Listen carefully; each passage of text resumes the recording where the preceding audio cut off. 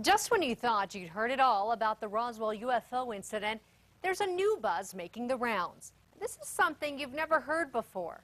News 13's Nancy Laughlin reports a retired Air Force officer is now claiming there wasn't just one Roswell flying saucer crash, but two. Is it urban legend or a huge government conspiracy? In 1947, something fell from the sky over Roswell. Something so bizarre, the U.S. Air Force issued a press release saying a flying disc had crashed. That, though, was quickly recanted. And alien or not, more than 6 decades later, the story lives on. It was a vaulted area and not everybody could get in. This week, the Huffington Post posted an interview with retired Air Force Lieutenant Colonel Richard French. He told the Post there was not one but 2 crashes in New Mexico. French says he had nearly 3 decades of military service and worked on military intelligence. He says part of that included debunking UFO sightings, but now he says it's time to come forward. He claims one went down after being disabled by an electronic pulse-type weapon from an experimental U.S. airplane out of White Sands.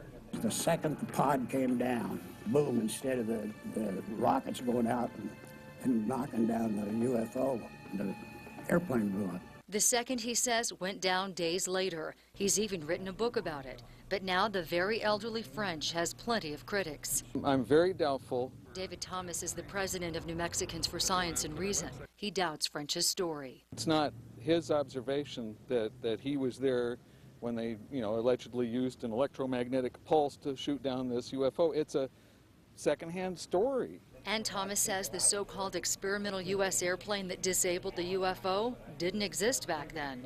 We certainly didn't have that kind of technology in 1947. I worked on some of the Star Wars programs back in the 80s, and I don't think we had that technology in the 80s, to tell you the truth. But alien or not, believer or not, what did or didn't happen over the skies of New Mexico is a story that will not die. Nancy Laughlin, KRQE News 13. According to the Air Force, the 1947 crash, which has become known as the Roswell incident, involved a balloon carrying scientific instruments. The Air Force maintains the flight was part of a secret government project to listen for Soviet nuclear tests.